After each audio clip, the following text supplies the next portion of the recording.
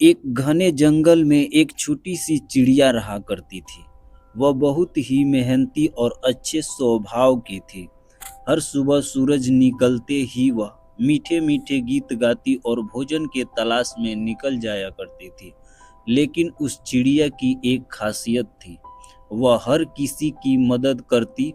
अगर गिलहरी को अखरोट तोड़ने में दिक्कत होती थी तो चिड़िया अपने चोंच से उसे तोड़ देती थी। अगर हिरण का बच्चा अपना रास्ता भटक जाता तो चिड़िया ऊंचाई से उसे रास्ता दिखा देती थी। एक दिन जंगल में बहुत बड़ी भीषण आग लग गई।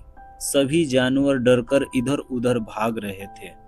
छोटी सी चिड़िया ने देखा कि उसका प्यारा सा जंगल जल रहा है और खतरे में है, तो उसने पास के एक नदी से अपनी छोटी सी चोंच से पानी भरकर आग बुझाने लगी।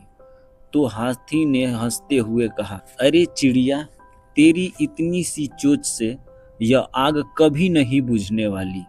अपने बच्चों को लेकर निकल जा। चिड़िया ने मुस्कुराकर जवाब दिया, शायद मेरी कोशिश से यह आग न बुझे, लेकिन मैं अपनी तरफ से पूरी कोशिश तो कर रही हूँ। उसका साहस देखकर बाकी जानवर को भी हिम्मत मिली और सब जानवर मिलकर आग बुझाने की कोशिश करने लगे। थोड़ी देर बाद बारिश भी होने लगी और जंगल बच गया।